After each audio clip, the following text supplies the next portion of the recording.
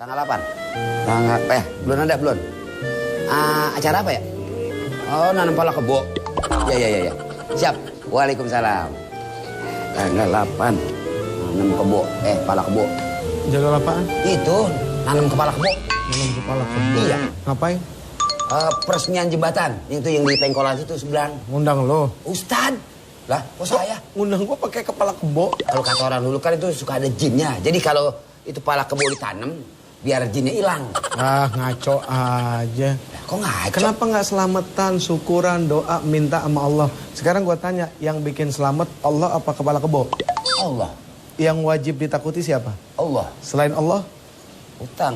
Utang.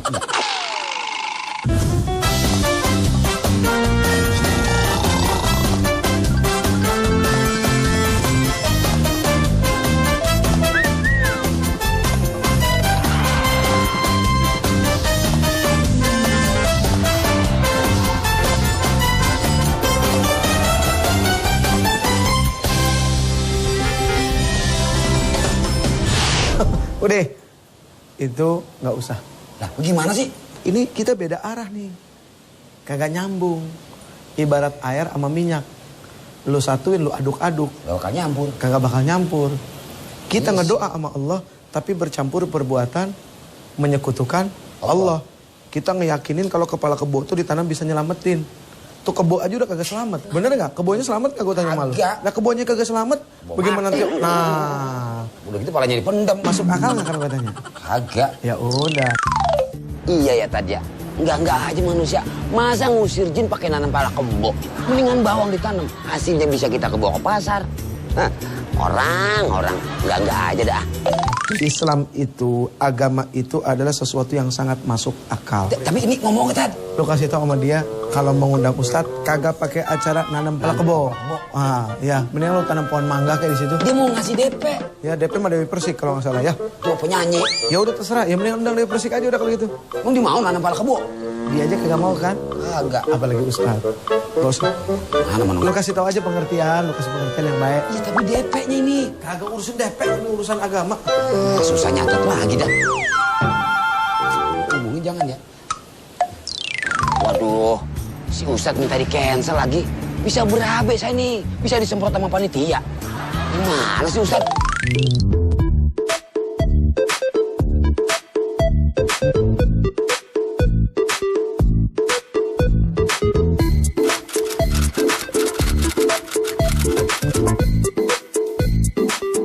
Bismillahirrahmanirrahim. Assalamualaikum warahmatullahi wabarakatuh. Selamat sore. Mudah-mudahan dari pagi siang sampai terus di malam hari, sampai kita ditidurkan dan dibangunkan selalu dalam pelukan kasih sayang dan keberkahan. Amin, amin ya rabbal. Ini hati, tempat berebutnya malaikat dan setan. Untuk mengetahui siapa yang paling banyak bersemayam di sini, simpel. Lihat saja ucapan dan perbuatannya selaras tidak dengan kitab suci. Kalau ucapan dan perbuatannya selaras dengan kitab suci dan perilaku-perilaku Nabi, berarti isi hatinya lebih banyak malaikat. Tapi ketika ucapan dan perbuatannya tidak selaras, alias bertolak belakang dengan kitab suci dan kecenderungan menolak perilaku Nabi, oh berarti isinya setan. Kalau mau nyari setan jangan jauh-jauh. Musuh yang sebenarnya itu ada di dalam diri, bukan di luar. Ketika kita ini tidak mengenali siapa musuh kita di dalam, maka jangan harap akan muncul yang namanya indahnya kebersamaan. Bersama itu kan seharusnya indah dong. Ada keragaman. Bukti kalau Tuhan itu ada kelihatan ketika kita di tempat ramai. Ada yang sipit, ada yang belok, ada yang keriting, ada yang lurus, ada yang hitam. Enggak, gue cuma ngomong dong. Kenapa sih tersinggung aja? Ya, tapi hitamnya jangan mau kemari dong. Ya maksudnya ngejelasin. Ada yang hitam kan gitu. Diperjelas lagi pakai. Jadi macam-macam. Itu bukti adanya Tuhan tuh begitu. Macam ragam manusia yang ada itu membuktikan kebesarannya. Jangan harap akan muncul indahnya kebersamaan jika kita tidak pernah bisa menemukan dan mengalahkan musuh yang ada di dalam diri sendiri.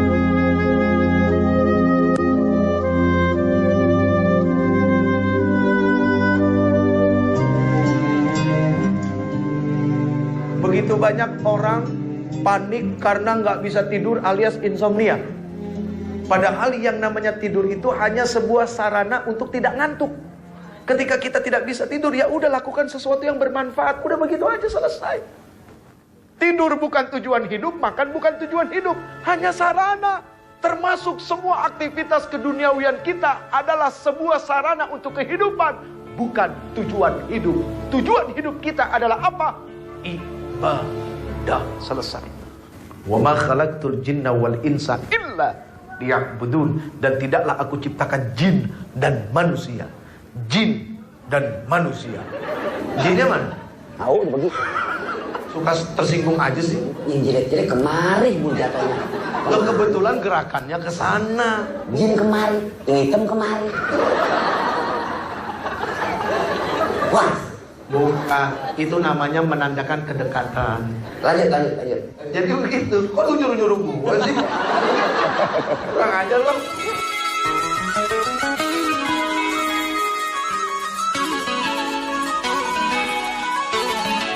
Maafkan kami jikalau kami belum bisa menjadi anak yang bisa menyenangkan hati kedua orang tua kami.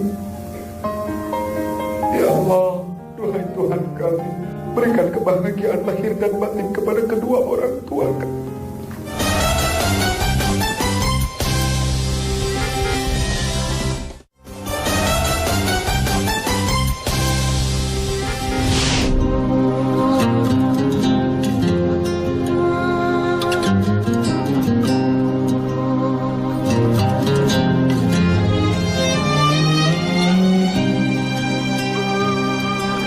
Jadi ini penting. Ini jauh lebih penting daripada ini. Karena faja'alnahu sami'an basira. Kami jadikan dia mendengar dan melihat. Nggak usah jauh-jauh kita kumpul di ruangan ini. Kalau yang dikumpulin orang budak, kira-kira percuma nggak yang ceramah? Mau 17 penceramah juga percuma, bu, kalau yang kumpulin orang budak semua. Ngerti? Gini aja dia. Tapi seandainya yang kumpul orang buta di sini, biar 5 menit orang ngomong kedengeran dia tahu. Jadi banyak orang tertipu di dunia ini hanya mengandalkan penglihatan. Saya punya seorang teman namanya Dedi Jam. Kakinya buntung 1 tahun 88 dicium kereta. Sekali waktu dia punya motor. Akhirnya dibuat motornya roda 3. Sekali waktu dia pergi ke Senen mau belanja. Di Jalan Jenderal Sudirman dikejar sama polisi BM motor gede. Biasanya pikiran kita apa? Ditilang kan? Buruk sangka. Begitu polisi ini ngobrol dengan ketemu dengan Dedi Jam ini, ditanya, "Mas, maaf, bikin motornya di mana?" Ternyata cuma kepengen tahu bikin motornya di mana. Begitu lagi ditulis alamat, itu setiap mobil yang lalu lalang buka kaca. "Pak, woi, tega amat lu, orang buntung pakai ditangkap." Digituin. Kenapa bisa muncul perkataan dan pikiran seperti itu? Karena hanya mengandalkan penglihatan saja. Tapi dia tidak tahu apa yang terjadi dengan penglihatan.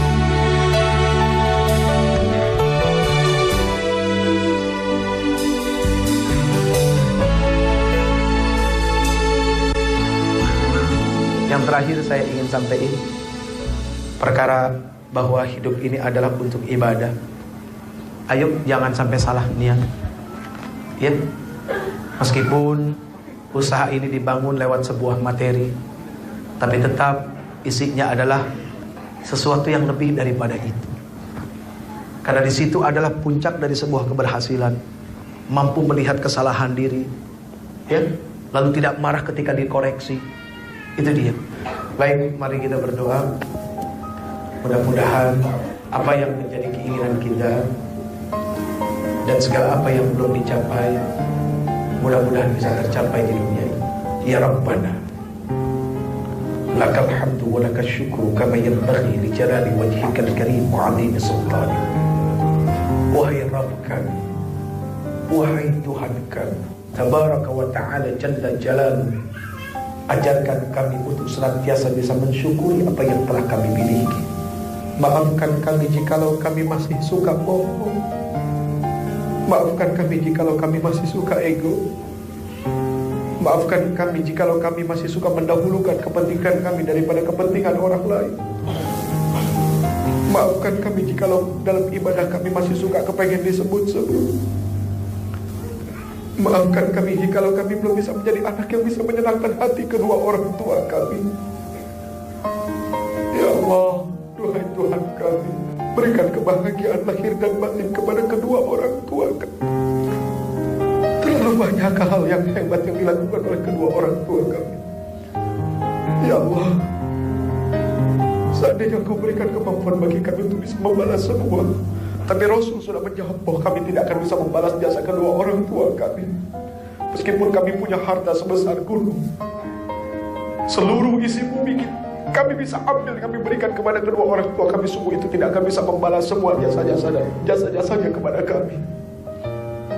Doa Rabb kami, seandainya orang tua kami akan pergi meninggalkan kami, kami hanya mohon selamatkan dia dalam kematiannya. Berikan yang terbaik dalam kematian. Subhana rabbika rabbil izzati amma yasifun. Assalamun ala al-mursalin. Walhamdulillahi rabbil alamin. Bagaimana kau merasa bangga akan dunia yang sementara? Bagaimanakah bila semua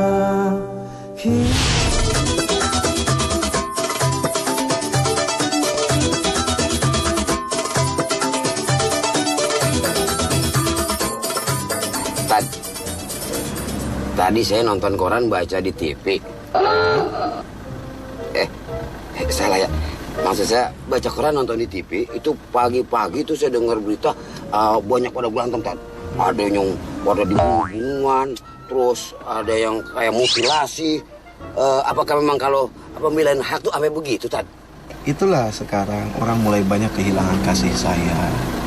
Gitu kan? Iya. Akhirnya ya kondisi seperti ini. Setiap orang maksain orang lain untuk ngerti diri. Nah ketika kita maksain orang lain untuk ngerti kita, yang muncul ego.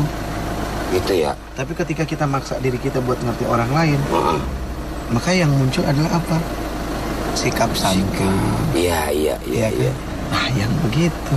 Nah, sekali waktu ada seorang sahabat yang mengajak Rasul untuk mengutuk orang-orang musyrik. Musyrik itu adalah orang-orang yang menyekutukan Allah. Lalu kemudian Rasul menolak. Rasul mengatakan apa?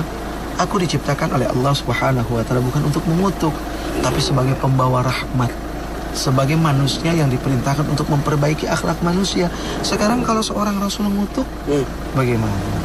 Makanya orang-orang yang dari mulutnya suka keluar kutukan, percaya deh, itu mulut yang tidak akan pernah bisa keluar kata-kata hikmah. Apalagi yang suka mulutnya keluar kutu ya. Rambut ya. Ya kali aja Tad, manusia ada yang dikutuk, keluar kutu dari mulutnya. Kalau kutu dari mulut apa dari rambut ya? Udin enak banget jadi asistennya Uje nih. Iya orang. Pikirannya begitu orang, padahal belum tentu, bener nggak? Enak sih mah. Tuh, nanti kalau katanya nggak enak saya diusir lagi. Mau nyari kerja di mana?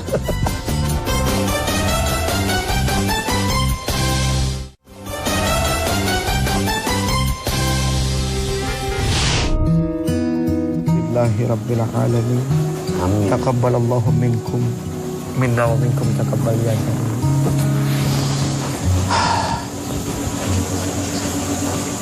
Kenapa sih?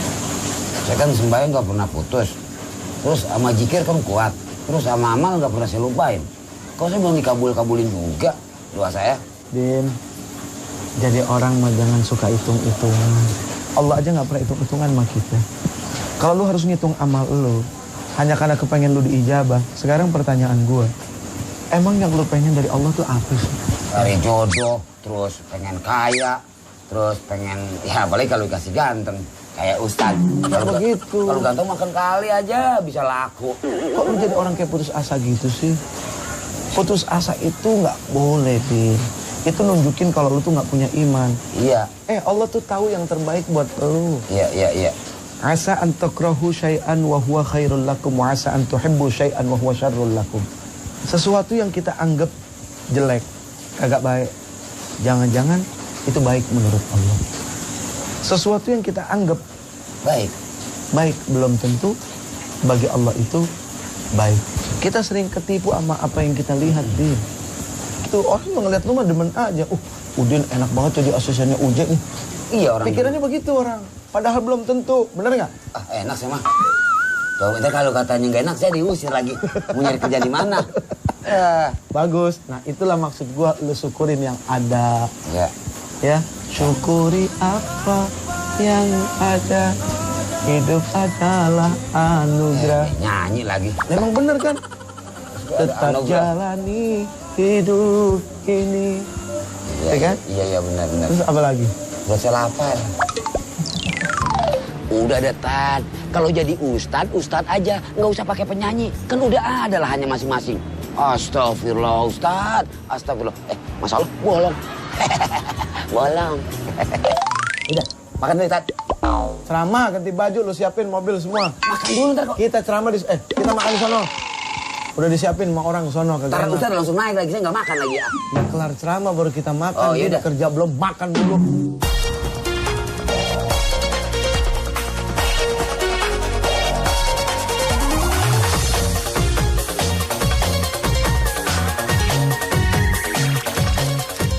Assalamualaikum warahmatullahi wabarakatuh.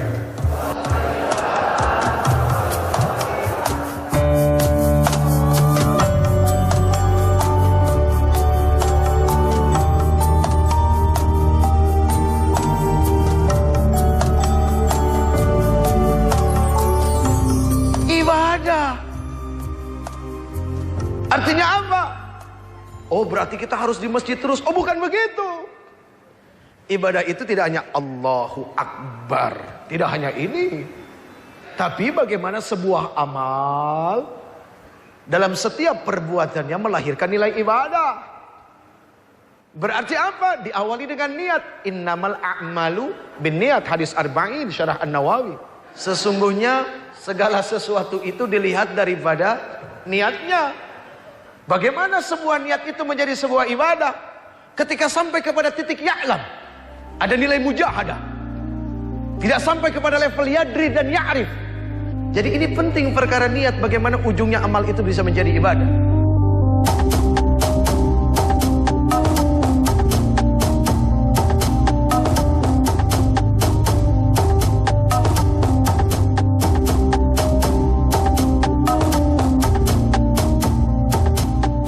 Wah rugi banget kalau sehari nggak pernah mampir sekali aja ke masjid. Kalau kita menuntut syariat sebenarnya 5 kali ke masjid. Laki-laki. Zaman sekarang akhirnya jadi mundur keimanan, mundur kualitas. Ya sudah mendingan saja sehari sekali udah bisa mampir ke masjid. Inilah Pak, seperti yang Rasul sampaikan, nanti akan datang satu zaman di mana orang repot hanya dengan bangunan masjid, tapi isinya nggak ada. Mohon maaf lahir batin Pak, urusan perkara musola saja kadang-kadang di rumah yang besar, itu musolanya musola gusuran. Kita datang nih ke rumah gede. Begitu datang masuk waktu zuhur, Pak maaf, saya pengen numpang sholat, boleh? Oh boleh, sebentar ya, di bawah aja di sini. Jangan deh, di atas aja. Wah, Pak di atas kota. Oh kalau gitu di belakang, kesian itu musola digusur-gusur Pak. Tapi begitu ke WC pengen buang air, itu istiqomah tuh WC nggak pernah digusur-gusur, nggak kemana-mana, di situ-situ aja. Kalah masjid derajatnya sama toilet. WC-nya bagus, mahal, musolahnya nggak ada. Apa tidak malu sama Allah yang telah memberikan rezeki?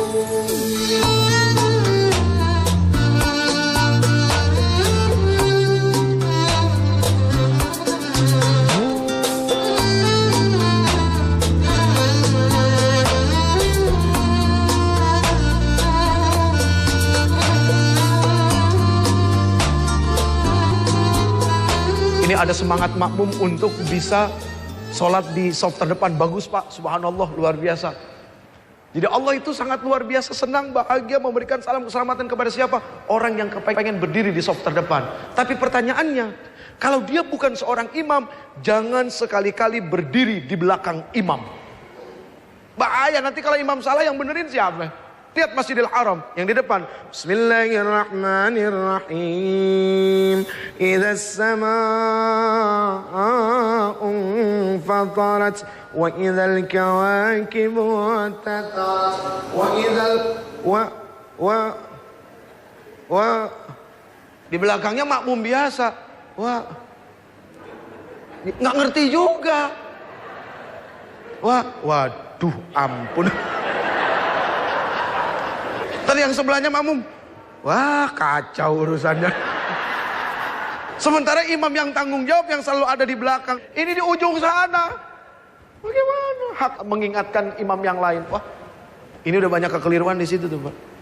Jadi monggo silahkan punya semangat pengen berdiri di saf terdepan, tapi harus sadar tidak boleh di belakang imam kalau bukan haknya dia adalah imam.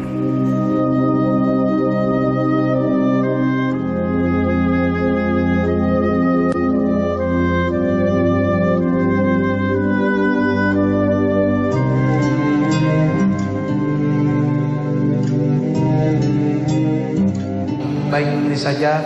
Mohon maaf kalau ada yang saya sampaikan kok malah eret ke hati kita. Seperti orang dipijit, Pak, dipijit, ketemu yang sakit. Aduh, marah nggak kita sama tukang pijit? Enggak, iya di situ tuh, aduh, iya enak, aduh. Ah, begitu juga mendengar ceramah, begitu nyentuh, aduh, gue tuh, aduh ya Allah, aduh, iya, aduh ya Allah. Lega, enak, lancar tuh peredaran darah di hati, ya. Mohon maaf atas segala kekacauan saya. Hadza min fadli Rabbi, ya Allah, semua ini hanya karunia titipan yang Kau berikan kepada hamba. Assalamualaikum warahmatullahi wabarakatuh.